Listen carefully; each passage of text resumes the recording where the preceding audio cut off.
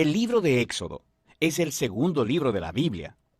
Continúa la trama del libro anterior, Génesis, que terminó con el nieto de Abraham, Jacob, guiando a su familia de 70 personas hacia Egipto. El 11º hijo de Jacob, José, había sido ascendido a ser el segundo al mando en Egipto. Él había salvado a toda su familia de una hambruna. Faraón, el rey de Egipto, le ofreció a su familia que vinieran a vivir allá como un refugio seguro. Tiempo después, Jacob muere en Egipto y también José y todos sus hermanos. Pasan alrededor de 400 años y la historia del Éxodo comienza.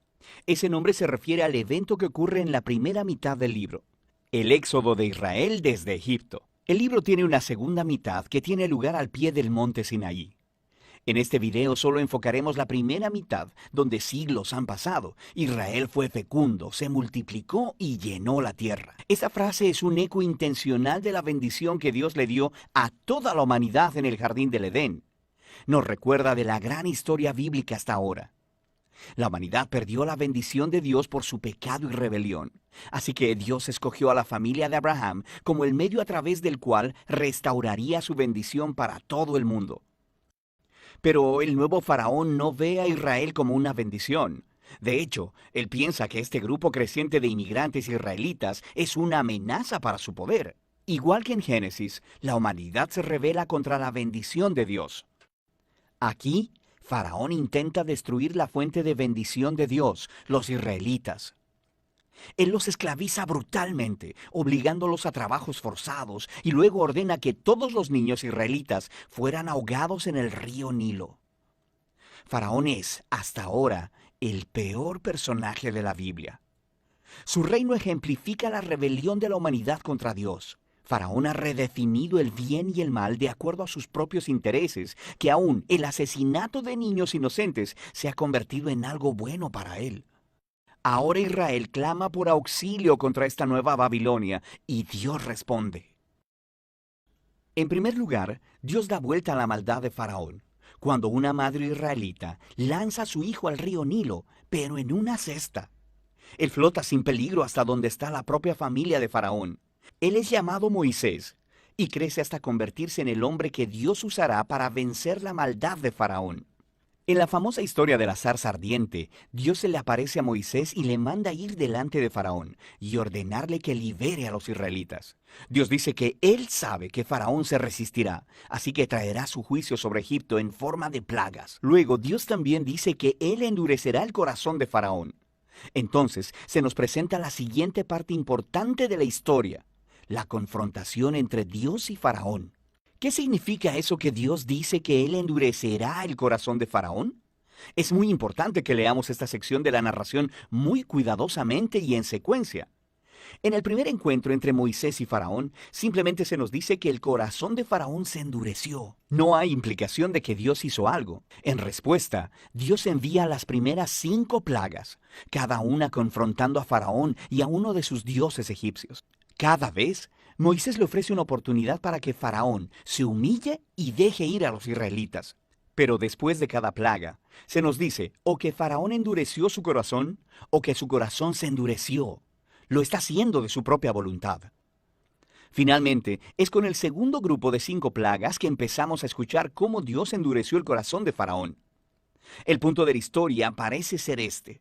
Aunque Dios sabía que Faraón resistiría su voluntad, de todos modos Dios le ofreció todas estas oportunidades de hacer lo correcto. Eventualmente la maldad de Faraón llega a un punto sin retorno.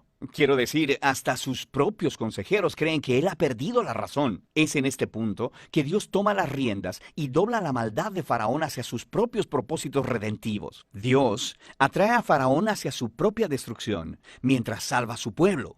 ¿Qué es lo que sucede después? Con la plaga final es la noche de Pascua. Dios le cambió las cartas a Faraón.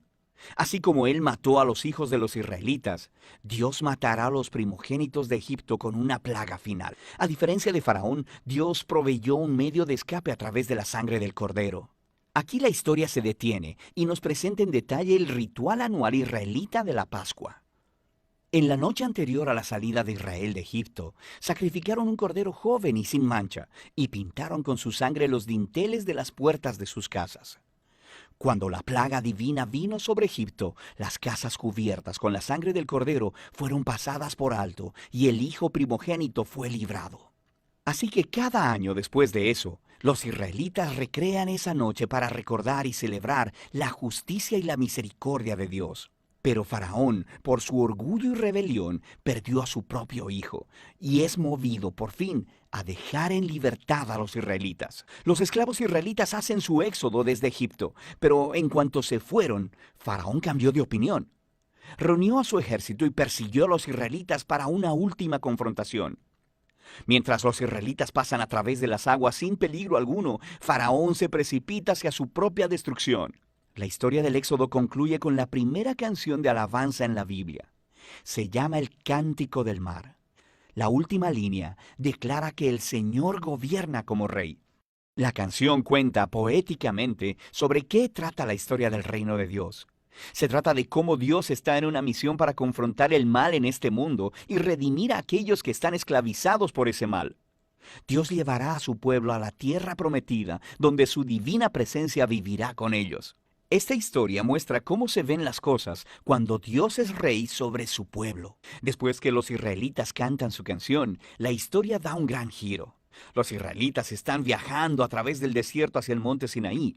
Tienen hambre, están sedientos y empiezan a criticar a Moisés y a Dios hasta por haberlos rescatado. Ellos dicen que extrañan los buenos tiempos en Egipto. Es una locura.